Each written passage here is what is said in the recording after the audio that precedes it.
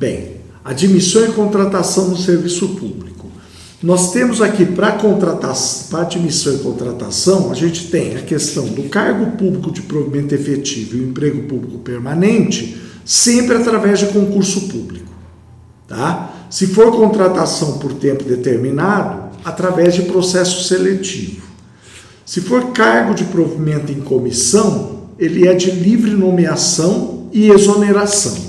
E as funções de confiança, que são a gente também pode falar que são chamadas de funções gratificadas, é livre nomeação e exoneração, só que obrigatoriamente tem que ser um servidor efetivo.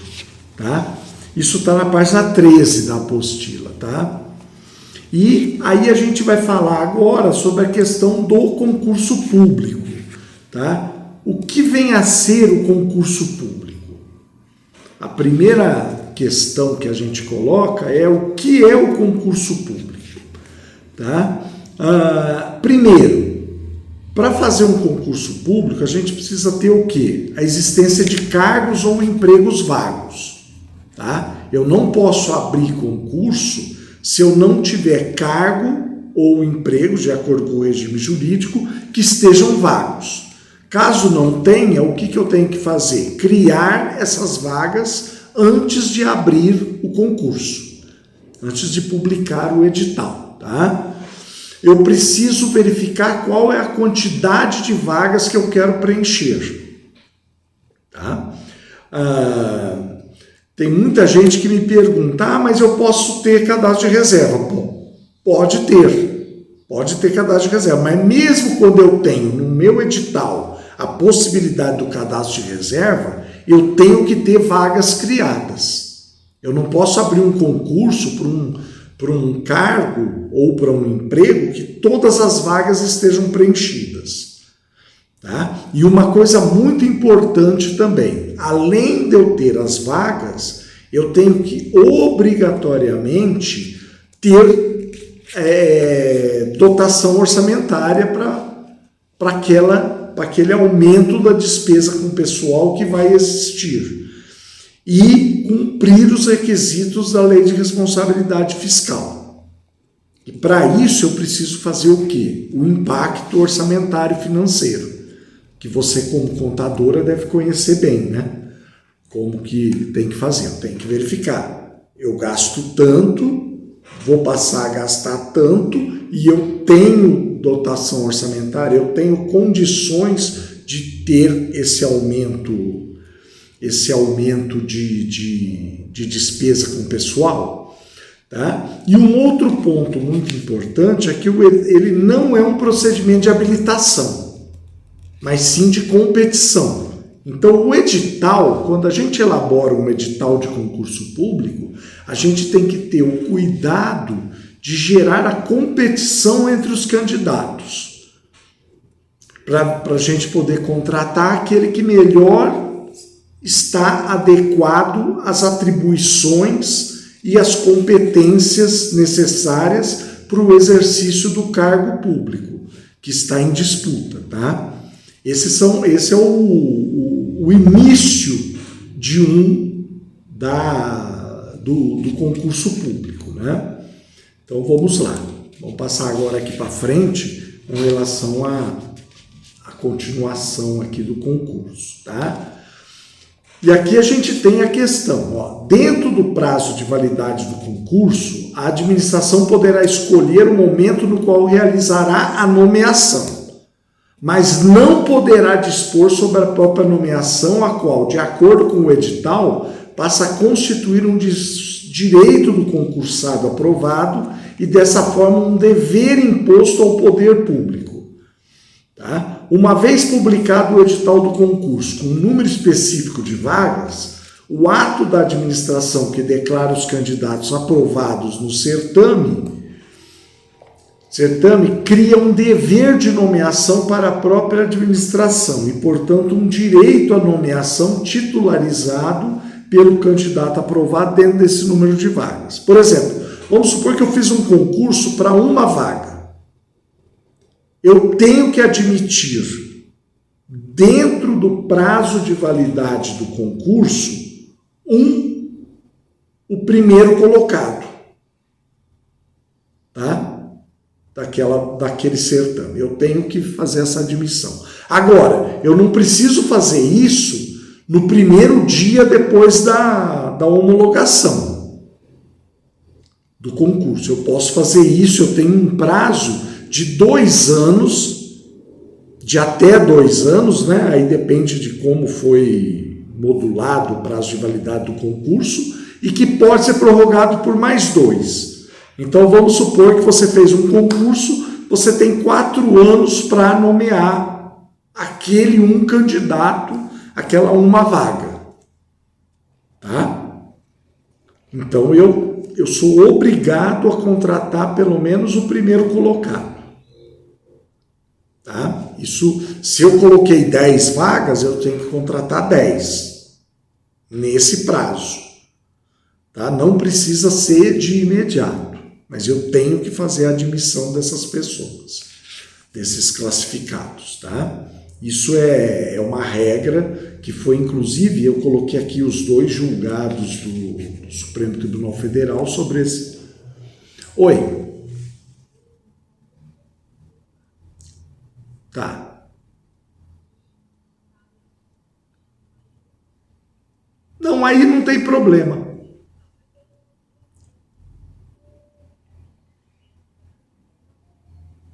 Tá.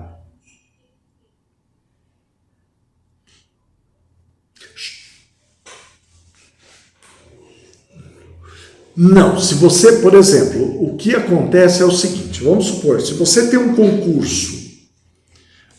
concurso válido, vamos colocar o teu cargo, tá? Por exemplo, eu tenho um concurso de contador, tá? Então, tenho lá o concurso, contador, numa vaga de contador, eu chamei esse contador.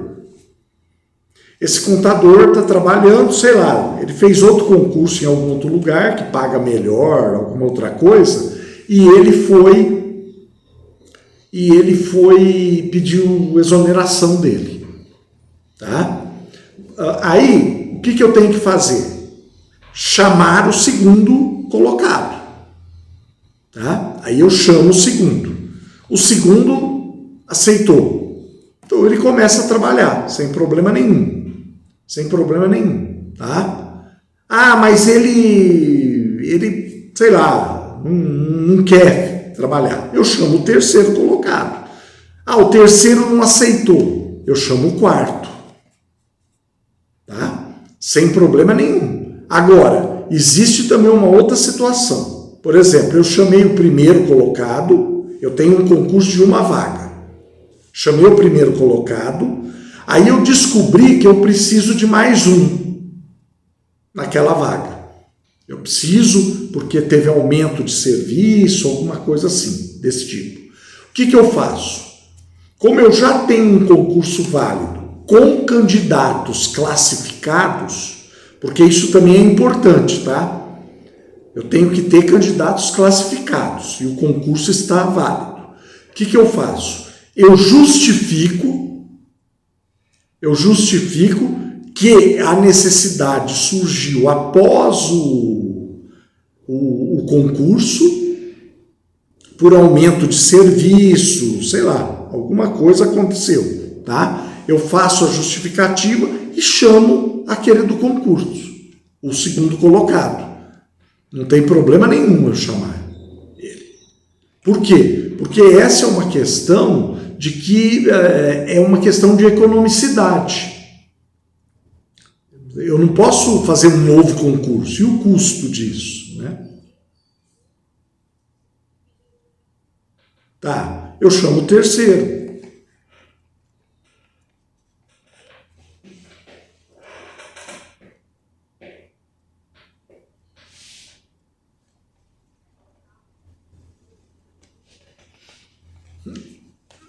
Olha, o que ocorre é o seguinte, o cargo em comissão e a função gratificada, ela não tem a possibilidade de substituir servidores,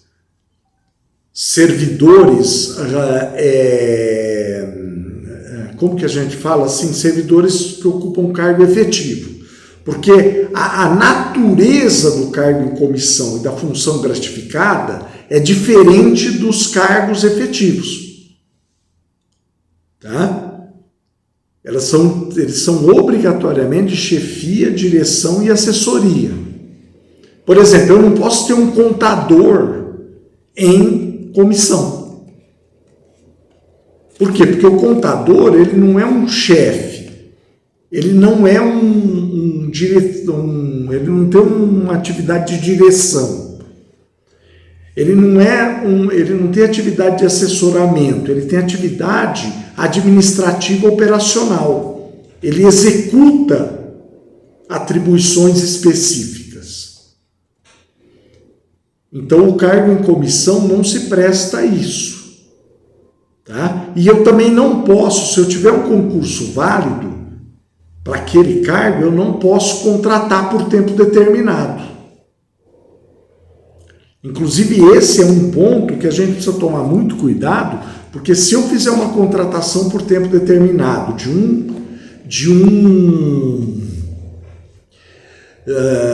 um cargo que tenha concurso válido, isso pode caracterizar como eu estou burlando o concurso público e eu acabo gerando direito do candidato ser chamado. Porque o candidato, ele não tem o direito de ser chamado. O direito dele é sempre subjetivo, acima daquele número de vagas que está no edital, tá? Tanto é que, por exemplo, se você fizer para cadastro de reserva e você não chamar ninguém, não tem problema nenhum. Por quê? Porque o cadastro de reserva existe uma possibilidade daquela pessoa ocupar aquele cargo. Tá? Então não tem problema. Agora, mesmo no cadastro de reserva, vamos supor que eu fiz concurso para cadastro de reserva, e aí eu contrato por tempo determinado alguém para executar as atribuições daquele cargo que eu concursei, eu tenho um concurso válido. Automaticamente, eu gerei o direito daquela pessoa, daquele classificado, a ocupar o cargo. Porque existe a necessidade. E se ele não for chamado de uma maneira automática, ele entrando no judiciário, ele vai acabar sendo chamado, vai ser obrigado a ser chamado. Tá? Então a gente tem algumas regras no concurso, não é que é tudo aberto. Tá? E as regras são bastante claras, tá? Hoje a gente não tem essa questão, eu chamo se eu quiser, eu faço o que eu quero. Não é assim que funciona, tá?